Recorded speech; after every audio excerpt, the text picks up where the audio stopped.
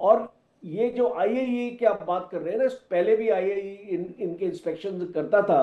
तो ये हर एक चीज उनके सामने आती नहीं है। कुछ क्लैंडस्टाइन भी काम ठीक है, होते हैं। ठीक है सर, ठीक है, आता हूं, वापस आता हूं। मलिक साहब, इतना इंटरेस्ट रूस का पुतिन साहब का देखने को मिल रहा है। वो कह रहे हैं कि पीस प्लान मैंने बना दिया है, मैं मिडिल ईस्ट कंट्रीज से मेरी बन रही है, अगर मैं उनसे बातचीत करूंगा तो शायद चीजें ठीक हो जाएं और अपना जो यूरेनियम है ईरान हमें सौंप देगा।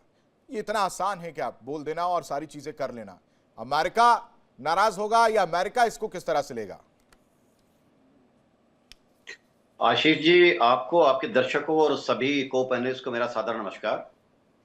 देखिए, जो रूस का ये शांति प्रस्ताव है, ये एक प्रपोजल मात्र है और ये पहली बार नहीं हुआ। पहले भी रूस ने ऐसी इनिशिएटिव लेने की कोशिश की है जो कि अमेरिका को भी मान्य नहीं हुई, ईरान को भी मान्य नहीं हुई। सीधी सी बात यहाँ आती है कि देखिए, जैसे कि वे जन कोचर बता रहे थे कि आज आप उनसे 450 केजी ले लोगे तो वो 1000 केजी को 60% पे ले आएंगे। बात यह है कि जब टेक्नोलॉजी आपके पास है तो आपके पास ये मैटर नहीं करता कि कितनी क्वांटिटी आप हैंडओवर करते हैं। और पहली बात तो मुझे यही नहीं लगता कि ईरान हैंडओवर करने के लिए तैयार होगा। जिस चीज को उसने इतनी सालों की मेहनत के बाद अपने एसेट्स बना के बनाया है और उसका मिशन साफ है। उसका मिशन न्यूक्लियर वेपन की तरफ जाना है। ये लोग जो मीडिया में कह रहे हैं जी उसका कोई इरादा नहीं है, कैसे इरादा नहीं है? 60% किस लिए लेके आए हो आप? देखिए, ईरान को मदद न्यूक्लियर में अमेरिका ने भी की है, बुशहर में रशिया ने भी की है, टेक्नोलॉजी में एक तरह से चाइना ने बहुत मदद की है, और इससे पहले जो एक तरह से देखा जाए इलीगल तरीके से वो पाकिस्तान से AQ खान एपिसोड आपने सुना होगा, उससे भी बहुत मदद हुई है। ईरान हर उस देश से लेने के लिए ललायत रहता है, चाहे टेक्नोलॉजी हो या सेंट्रीफ्यूज हो और या फिर मटेरियल हो इटसेल्फ, यानी यूरेनियम जो 232 होता है, क्योंकि उसको वो संवर्धित करके एनरिच करके अपने उसके लिए लाना का प्रोजेक्ट है ये। और प्रोजेक्ट ये है कि हम जिस दिन एटॉमिक पावर बन जाएंगे in terms of the nuclear weapon, उस दिन हम बार्गेन करने की एक मजबूत स्थिति में खड़े होंगे वर्ल्ड के सामने।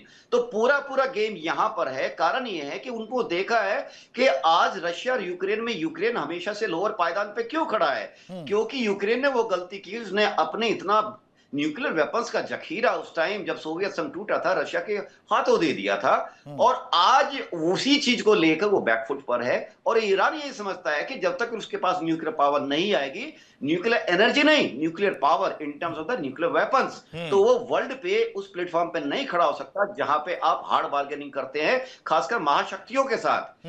दूसरी बात एक और ये देखिएगा, अभी ईरान बार बार कहता है कि मेरा कोई इंटेंशन नहीं है। वहां के जो खमेनी साहब थे जिनको कि मार दिया गया, उन्होंने वहां पे बताते एक फतवा जारी किया था कि ये हमारी उसके खिलाफ है, हकीकत के खिलाफ है। अगर खिलाफ किए तो फिर ईरान ने रोका क्यों नहीं अपना प्रोग्राम? देखिए, सिंपल सी बात है, इस बात को घुमा फिरा के करने के बहुत सारे मतलब निकल जाते हैं। सीधी सी बात है, ईरान अपना न्यूक्लियर प्रोग्राम जारी रखेगा अनलेस उसको इनकैपेसिटेट कर दिया जाए। वो किस कारण से होगा, ये बहुत सारे रीजंस होते हैं, बहुत सारे तरीके भी हो सकते हैं। तो मुझे नहीं लगता कि इसका कोई वैल्यू है। और ये बात सिर्फ रशिया इस टाइम ये कर रहा है क्योंकि उनको एक तरह से ट्रंप साहब का पर्दे के पीछे सहयोग मिल रहा है यूक्रेन के इश्यू पर।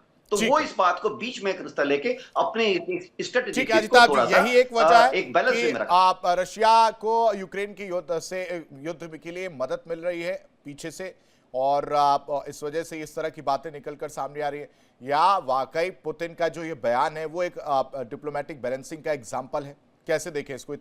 इतने बोल सकते हैं इन्वॉल्व होते हुए पुतिन साहब जो है इसको लेकर नजर आ रहे हैं। 2015 का भी उन्होंने बात के उदाहरण दिया।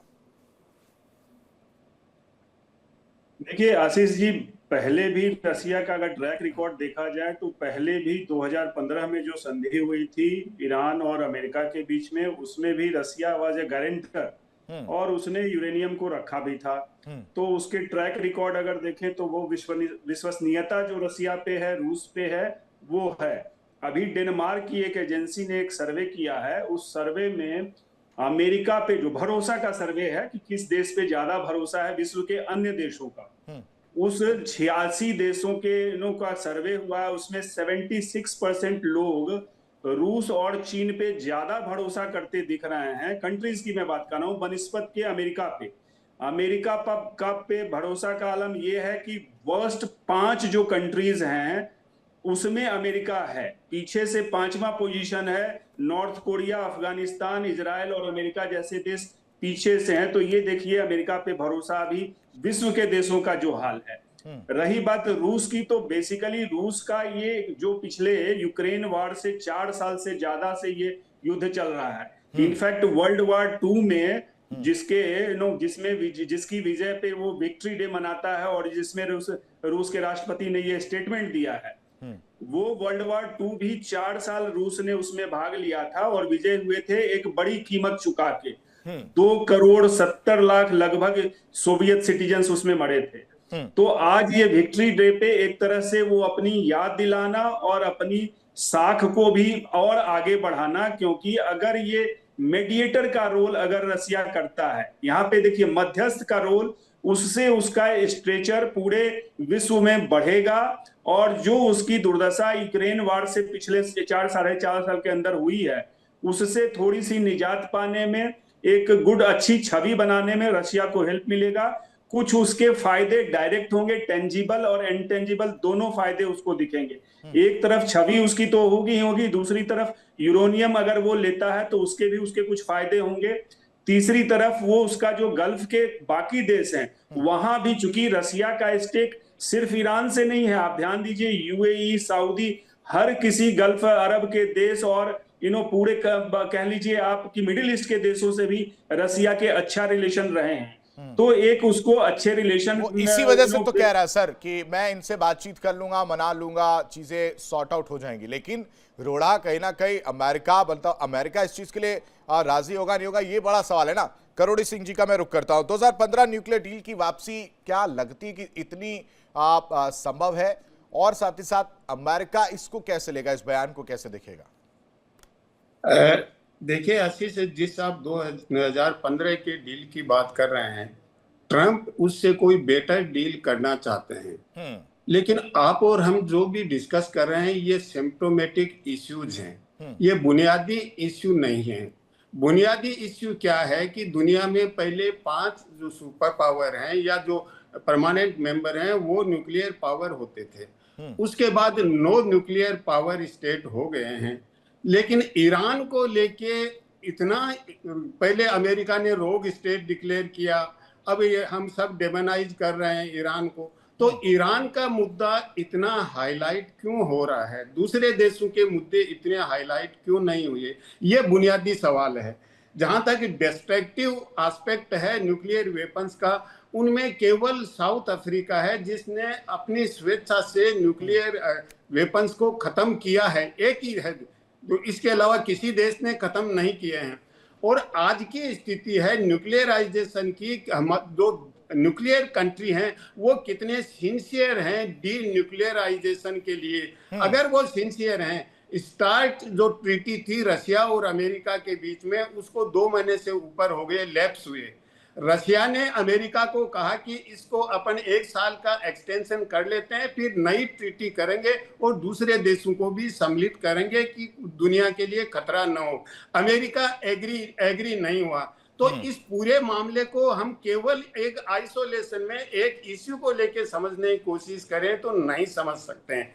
इसके लिए हमें 3 डायमेंशनल अप्रोच अप्लाई करनी पड़ेगी। और आप कहेंगे 3 डायमेंशनल अप्रोच क्या है? एक तो अलग अलग देशों के भौगोलिक और आर्थिक हित इस क्षेत्र में, वेस्ट एशिया में और ईरान में किस तरह के हैं। दूसरे यह है कि राजनीतिक और रणनीतिक हित अलग अलग देशों के किस तरह के हैं, चाहे छोटा देश हो बड़ा देश हो। और तीसरा एक सभ्यताई मामला है कि किस तरह से पर्शियन सभ्यता जो इस्लामिक ओरिएंटेशन लेके दुनिया की दूसरी सभ्यताओं के लिए क्या चैलेंज हो रहे पोज कर रही है। और इसके लिए हम 2 आधार पे देख सकते हैं। एक तो वर्तमान स्थिति क्या है, तात्कालिक स्थिति क्या है। दूसरा यह है कि हमारा इतिहास का एक्सपीरियंस ईरान के साथ अलग अलग देशों का क्या रहा है। देखिए 79 तक इजराइल और अमेरिका ईरान के साथ थे और इवन मोसाद ने और CIA ने वहां सवाक फोर्स तैयार की थी, जैसे IRGC है वैसी ही।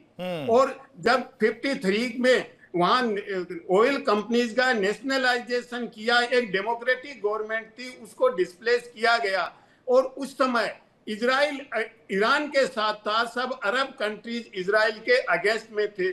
तो उसके बाद ये सब परिवर्तन क्यों हुआ है? तो हमें डीपर क्वेश्चंस में जाना चाहिए, नहीं कि ये इश्यू। लेकिन जो तात्कालिक इश्यू आपने रेज किया है उसका जवाब ये हो सकता है कि देखिए, ईरान रशिया के साथ बहुत अच्छे हैं। अभी जो ईरान के विदेश मंत्री गए, पुतिन ने कहा कि पिछले हफ्ते मेरे पास आपके सुप्रीम लीडर की चिट्ठी भी आई थी, हाँ। और हमारे और आपके रणनीतिक रिश्ते हैं। तो अगर रशिया के पास रहेगा जो एनरिच्ड यूरेनियम है, तो उसको इंटरनेशनल। सर, इसीलिए तो मैंने पूछा कि वाकई प्रस्ताव जो है वो पीस प्लान है या रणनीतिक हितों को साधने की कोशिश कर रहा है रूस?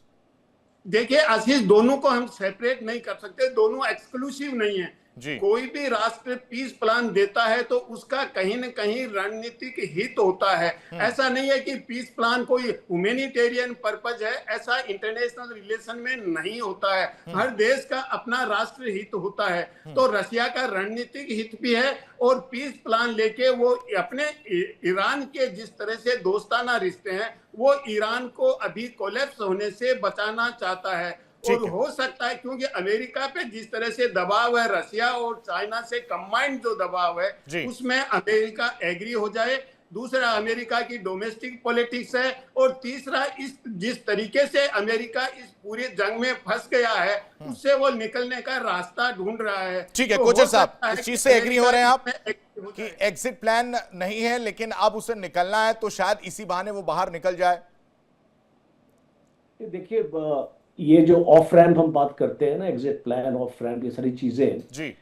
ये अभी सिचुएशन पहुंची नहीं है डोनाल्ड ट्रंप के लिए। देखिए, वो जाना तो चाहता है, पर जो अभी सिचुएशन है, जिस तरीके से इसको ईरान अभी एक इसको अड़ा हुआ है, जिस तरीके से स्टेटमेंट आ रही है, जिस तरीके से आपको याद होगा 28 फरवरी को जब ये अटैक हुआ था, जो पहली ब्रीफिंग थी पीट हेक्सेथ की, वो एक व्हाइट हाउस मेमो उसने उस टाइम पे निकाला था। उसमें 4 ऑब्जेक्टिव उसने साफ किए थे, और उसमें एक आपका न्यूक्लियर था, एक मिसाइल्स थी, एक इनकी प्रॉक्सी की ताकत को इसको खत्म करना था, और चौथा इनका नेवल पावर को खत्म करना था। तो अभी जो हम समझ पा रहे हैं इस लड़ाई के बाद, आज हम ये इसको देख रहे हैं, इसमें इसको एक भी ऑब्जेक्टिव अमेरिका का पूरा नहीं हुआ, तो किस मुंह से वो एग्जिट करेगा आज। इसीलिए हम देख रहे हैं इसको। मेरी रीडिंग सिचुएशन की है कि ये जो ब्लॉकेड है ये काफी देर तक रहेगा, बिकॉज अभी